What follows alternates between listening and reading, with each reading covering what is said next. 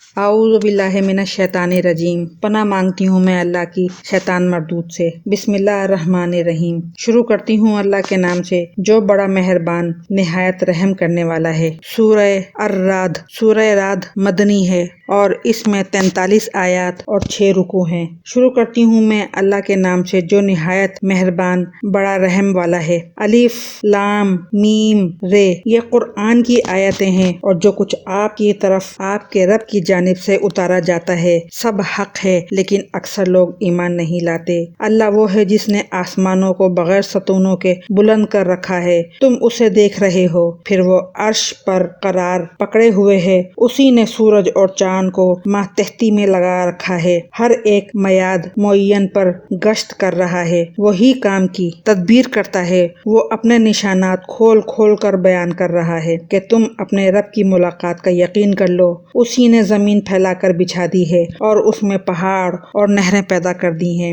اور اس میں ہر قسم کے پھلوں کے جوڑے دوہرے دوہرے پیدا کر دیے ہیں۔ وہ رات کو دن سے چھپا دیتا ہے، یقیناً غور و فکر کرنے والوں کے لیے اس میں بہت سی نشانیاں ہیں۔ اور زمین میں مختلف ٹکڑے ایک دوسرے سے لگتے لگاتے ہیں، اور انگوروں کے باغات ہیں اور کھیت ہیں اور کھجوروں کے درخت ہیں شاخدار، اور بعض ایسے ہیں جو بے شاخ ہیں، سب ایک ہی پانی پلائے جاتے ہیں، پھر بھی ہم ایک کو ایک پر پھلوں میں برتری دیتے ہیں۔ اس میں عقل مندوں کے لیے بہت سی نشانیاں ہیں۔ اگر تجھے تعجب ہو تو واقعی ان کا یہ کہنا عجیب ہے کہ کیا جب ہم مٹی ہو جائیں گے تو کیا ہم نئی پیدائش میں ہوں گے؟ یہی وہ لوگ ہیں جنہوں نے اپنے پروردگار سے کفر کیا، یہی ہیں جن کی گردنوں میں طوق ہوں گے، اور یہی ہیں جو جہنم کے رہنے والے ہیں، جو اس میں ہمیشہ ہمیش رہیں گے۔ اور جو تجھ سے سزا کی طلبی میں جلدی کر رہے ہیں، راحت سے پہلے ہی نقصان ان سے پہلے سزائیں بطور مثال گزر چکی ہیں، اور بے شک تیرا رب البتہ بخشنے والا ہے لوگوں کے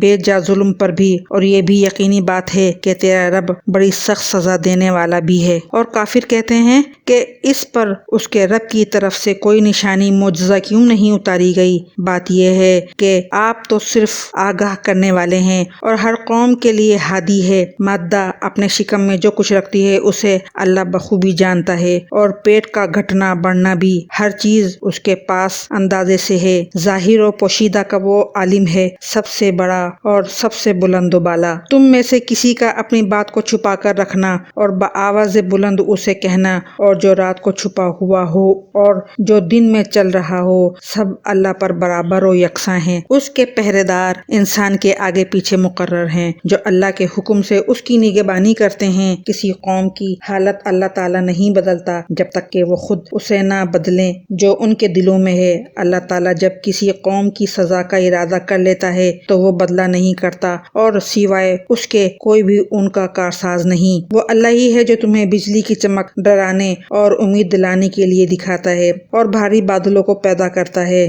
گرج اس کی تسبیح و تعریف کرتی ہے، اور فرشتے بھی اس کے خوف سے۔ وہی آسمان سے بجلیاں گراتا ہے اور جس پر چاہتا ہے اس پر ڈالتا ہے۔ کفار اللہ کے بابت لڑ جھگڑ رہے ہیں، اور اللہ سخت قوت والا ہے۔ اسی کو پکارنا حق ہے۔ جو لوگ اوروں کو اس کے سوا پکارتے ہیں وہ ان کی پکار کا کچھ بھی جواب نہیں دیتے، مگر جیسے کوئی شخص اپنے دونوں ہاتھ پانی کی طرف پھیلائے ہوئے ہو کہ اس کے منہ میں پڑ جائے، حالانکہ وہ پانی اس کے منہ میں پہنچنے والا نہیں۔ ان منکروں کی جتنی پکار ہے سب گمراہی میں ہے۔ اللہ ہی کے لیے زمین اور آسمانوں کی سب مخلوق خوشی اور ناخوشی سے سجدہ کرتی ہے، اور ان کے سائے بھی صبح و شام۔ آپ پوچھئے کہ آسمانوں اور زمین کا پروردگار کون ہے؟ کہہ دیجئے اللہ۔ کہہ دیجئے کیا تم پھر بھی اس کے سوا اوروں کو حمایتی بنا رہے ہو جو خود اپنی جان کے بھی بھلے برے کا اختیار نہیں رکھتے؟ کہہ دیجئے کہ اندھا اور بینا برابر ہو سکتا ہے، یا کیا اندھیریاں اور روشنی برابر ہو سکتی ہے؟ کیا جنہیں یہ اللہ کے شریک ٹھہرا رہے ہیں انہوں نے بھی اللہ کی طرح مخلوق پیدا کی ہے کہ ان کی نظر میں پیدائش مشتبہ ہو گئی ہو؟ کہہ دیجئے کہ صرف اللہ ہی تمام چیزوں کا خالق ہے، وہ اکیلا ہے اور زبردست غالب ہے۔ اسی نے آسمان سے پانی برسایا، پھر اپنی اپنی وسعت کے مطابق نالے بہہ نکلے، پھر پانی کے ریلے نے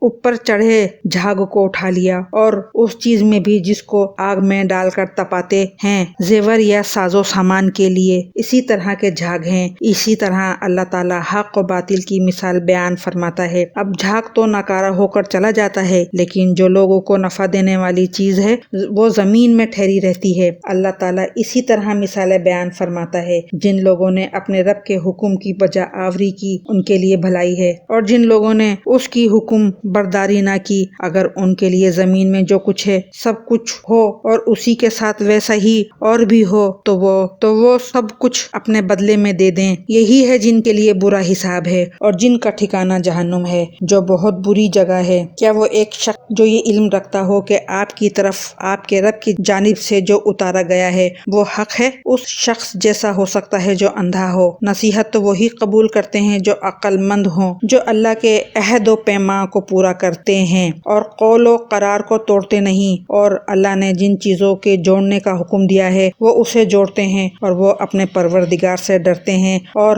حساب کی سختی کا اندیشہ رکھتے ہیں، اور وہ اپنے رب کی رضامندی کی طلب کے لیے صبر کرتے ہیں، اور جو نمازوں کو برابر قائم رکھتے ہیں اور جو کچھ ہم نے انہیں دے رکھا ہے اسے چھپے کھلے خرچ کرتے ہیں اور برائی کو بھی بھلائی سے ٹالتے ہیں، انہی کے لیے عاقبت کا گھر ہے، ہمیشہ رہنے کے باغات، جہاں یہ خود جائیں گے اور ان کے باپ دادا اور بیویوں اور اولادوں میں سے بھی جو نیکوکار ہوں گے۔ ان کے پاس فرشتے ہر دروازے سے آئیں گے، کہیں گے کہ تم پر سلامتی ہو۔ صبر کے بدلے کیا ہی اچھا بدلہ ہے اس دار آخرت کا۔ اور جو اللہ کے عہد کو اس کی مضبوطی کے بعد توڑ دیتے ہیں اور جن چیزوں کے جوڑنے کا اللہ نے حکم دیا ہے انہیں توڑتے ہیں اور زمین میں فساد پھیلاتے ہیں، ان کے لیے لعنتیں ہیں اور ان کے لیے برا گھر ہے۔ اللہ تعالیٰ جس کی روزی چاہتا ہے بڑھاتا ہے اور گھٹاتا ہے۔ یہ تو دنیا کی زندگی میں مست ہو گئے، حالانکہ دنیا آخرت کے مقابلے میں نہایت حقیر پونجی ہے۔ کافر کہتے ہیں کہ اس پر کوئی نشانی معجزہ کیوں نازل نہیں کیا گیا؟ جواب دے دیجئے کہ جسے اللہ گمراہ کرنا چاہے کر دیتا ہے، اور جو اس کی طرف جھکے اسے راستہ دکھا دیتا ہے۔ جو لوگ ایمان لائے ان کے دل اللہ کے ذکر سے اطمینان حاصل کرتے ہیں۔ یاد رکھو، اللہ کے ذکر سے ہی دلوں کو تسلی حاصل ہوتی ہے۔ جو لوگ ایمان لائے اور جنہوں نے نیک کام بھی کیے ان کے لیے خوشحالی ہے اور بہترین ٹھکانہ۔ اسی طرح ہم نے آپ کو اس امت میں بھیجا ہے جس سے پہلے بہت سی امتیں گزر چکی ہیں کہ آپ انہیں ہماری طرف سے جو وحی آپ پر اتری ہے پڑھ کر سنائیے۔ یہ اللہ رحمان کے منکر ہیں۔ آپ کہہ دیجئے کہ میرا پالنے والا تو وہی ہے، اس کے سوا در حقیقت کوئی بھی لائق عبادت نہیں، اسی کے اوپر میرا بھروسہ ہے اور اسی کی جانب میرا رجوع ہے۔ اگر بالفرض کسی قرآن آسمانی کتاب کے ذریعے پہاڑ چلا دیے جاتے یا زمین ٹکڑے ٹکڑے کر دی جاتی یا مردوں سے باتیں کروا دی جاتی پھر بھی وہ ایمان نہ لاتے۔ بات یہ ہے کہ سب کام اللہ کے ہاتھ میں ہیں، تو کیا ایمان والوں کو اس بات پر دل جمی نہیں کہ اگر اللہ تعالیٰ چاہے تو تمام لوگوں کو ہدایت دے دے؟ کفار کو تو ان کے کفر کے بدلے ہمیشہ ہی کوئی نہ کوئی سخت سزا پہنچتی رہے گی یا ان کے ٹھکانوں کے قریب نازل ہوتی رہے گی تا وقتیہ کہ وعدہ الہی آ پہنچے۔ یقیناً اللہ تعالیٰ وعدہ خلافی نہیں کرتا۔ یقیناً آپ سے پہلے کے پیغمبروں کا مذاق اڑایا گیا تھا اور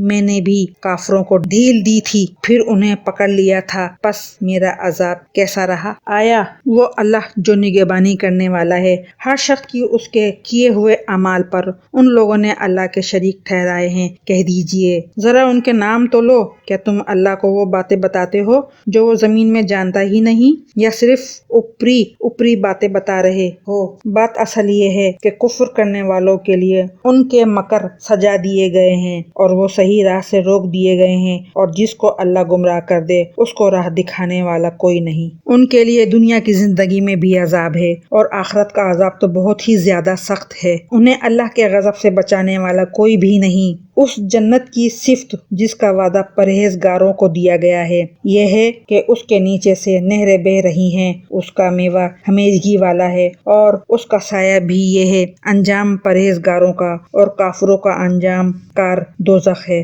جنہیں ہم نے کتاب دی ہے وہ تو جو کچھ آپ پر اتارا جاتا ہے اس سے خوش ہوتے ہیں، اور دوسرے فرقے اس کی بعض باتوں کے منکر ہیں۔ آپ اعلان کر دیجئے کہ مجھے تو صرف یہی حکم دیا گیا ہے کہ میں اللہ کی عبادت عبادت کروں اور اس کے ساتھ شریک نہ کروں۔ میں اسی کی طرف بلا رہا ہوں اور اسی کی طرف میرا لوٹنا ہے۔ اسی طرح ہم نے اس قرآن کو عربی زبان کا فرمان اتارا ہے۔ اگر آپ نے ان کی خواہشوں کی پیروی کر لی اس کے بعد کہ آپ کے پاس علم آ چکا ہے، تو اللہ کے عذابوں سے آپ کو کوئی حمایتی ملے گا اور نہ بچانے والا۔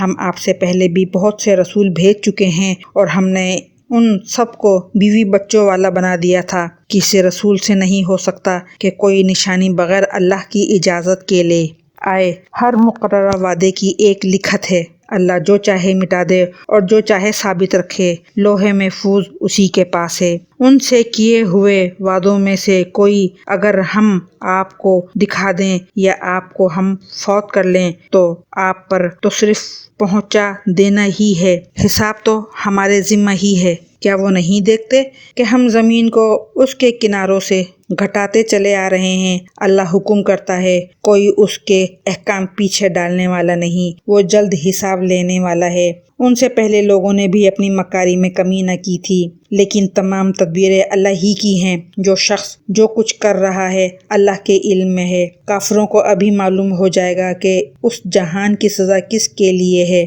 یہ کافر کہتے ہیں کہ آپ اللہ کے رسول نہیں۔ آپ جواب دے دیجئے کہ مجھ میں اور تم میں اللہ گواہی دینے والا کافی ہے، اور وہ جس کے پاس کتاب کا علم ہے۔